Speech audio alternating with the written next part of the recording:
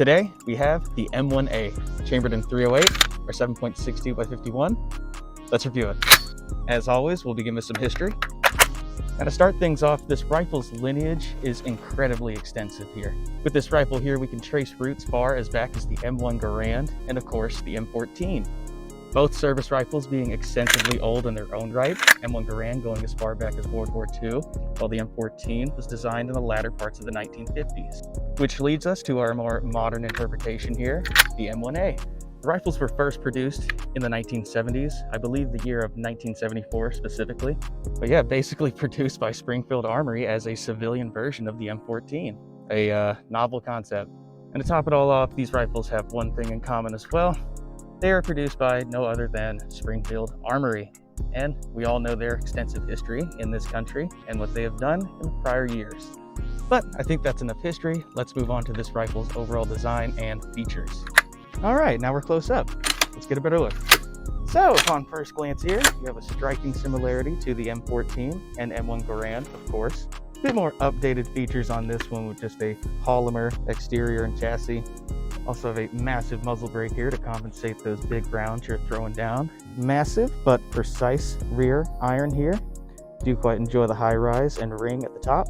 And here's your massive reciprocating bolt to sling those .308 rounds like it's nothing. Of course, indeed get bigger than this, but usually comes standard with a 10 round box mag.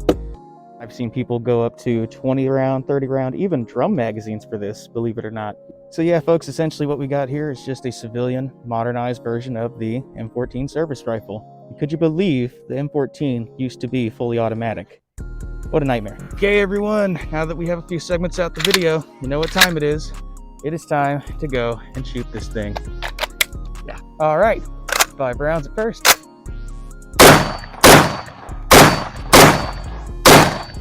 Well, pretty much full clip.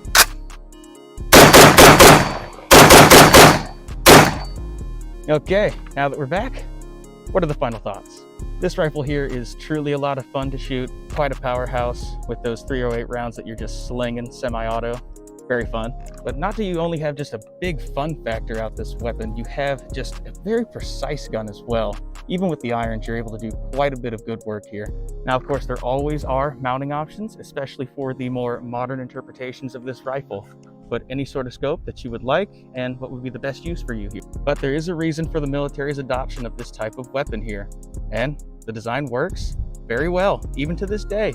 But now that we know fun factor and precision are out the way here, now we can focus on the main problem and the main question. Who is this rifle for? And I'd say we're looking at quite a specific audience on this one, primarily due to another factor, which would be the price point. The prices of this thing can be somewhat astronomical at some points. We're within range of about $1,250 to $1,750 on this rifle for more base versions, that is. That is definitely something to factor into this review, and that is definitely something we have to take into account here. And knowing that price point, this puts this firearm into a different category in its own, not the standard of what you would usually find, and something along a collector's piece. The price definitely is a biter, but the firearm is worth it to an extent as for what it puts out and how it performs. But I have no doubt that the average Joe could find a rifle in similarity to this for a cheaper price. You're paying a lot for the name, and you're paying a lot for the history of these guns. It would be up to each person's individual discretion whether this would be for you and on the table at all.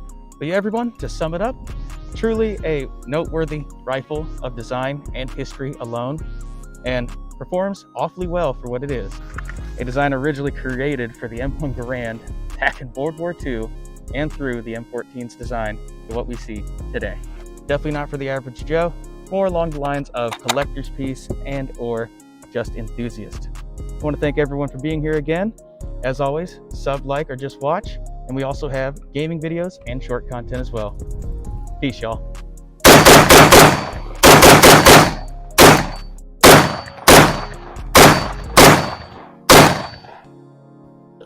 Yep.